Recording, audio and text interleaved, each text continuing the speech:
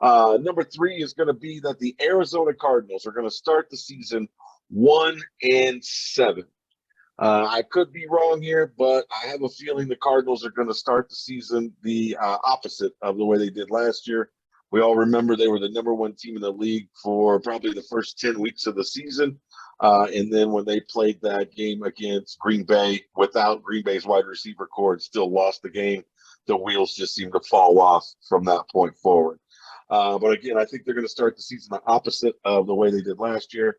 Kyler Murray's camp obviously is saying everything's fine with his contract situation, but he still hasn't signed an extension yet. So obviously everything isn't fine. Otherwise, he'd have put a pen to paper. They're not going to have DeAndre Hopkins for the first 6 weeks, of course, as well. I know they brought in Hollywood Brown for Baltimore, but we all saw how their offense looked last year when Hopkins was out. They struggled mightily. So I anticipate that while he's out to start the season this year, they're probably going to struggle as well while Hollywood Brown kind of gets acclimated to the offense. And then really, if you look at the first half of their schedule, you're going to see that the only games that they probably will be favored in, and if we're going into the season right now looking at it, I would say maybe the Carolina game and the Seattle game. They're definitely not going to be favored against the Chiefs. I doubt they'll be favored against the Raiders or the Rams or the Eagles or the Saints or the Vikings. I think all of those teams are better than them based off the way the Cardinals finished the season last year. So if they are going to win more than one game, they're going to have to win both of those games on the road. And the reason that I don't think they're going to be able to win more than one game is because both of those games are on the road. I think they will lose one of them. If I had to choose one of them, I'd probably say the Seattle game because it's a divisional foe and Seattle's crowd is really rowdy. So that could probably have an influence on the game. I definitely think they start 0-3 for sure.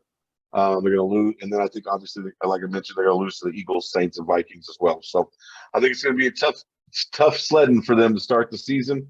Again, I know that this is, unlikely because of those two games there. But again, that's why they're bold predictions. And of the three I've given so far, this is the one that I feel the most confident about. So I could be wrong, but we'll find out. Yeah, no,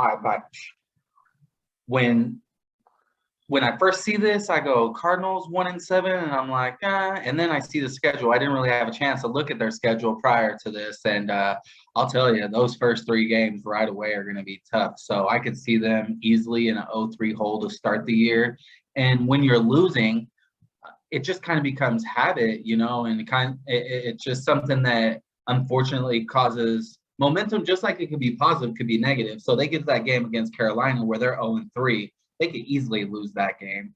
So I see where they could definitely wind up 1-7 here. The schedule is not favorable for them at all, especially, no favors for the first few weeks of the season. The Raiders team, I believe, is going to be much improved. I mean, we all know how good Kansas City is. The Rams, they won the Super Bowl. So that first three games right there, and the schedule makers did not do them any favors.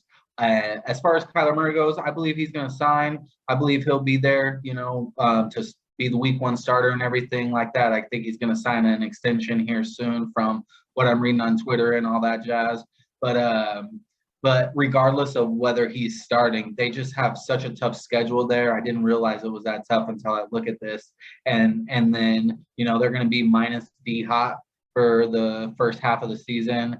One of my other bold predictions will go into another reason why I think that they're not going to, be well off this year. They're going to have a struggle throughout the year. I mean, just looking at their schedule, they've got some tough games. Never mind that 1-7 start. I mean, you go week 10, LA again.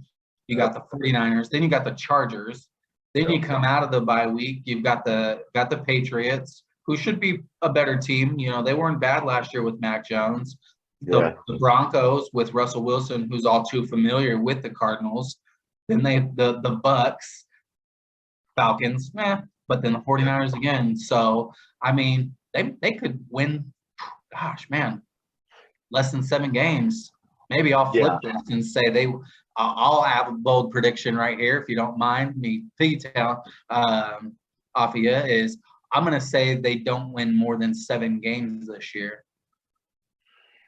Yeah, I would have to agree with you. After I was looking again, looking at the schedule, I honestly see if I'm picking, games, I'm gonna say again, let's give them. Let's say that I'm wrong and they win two. All right, they win the Carolina game, they win the Seattle game.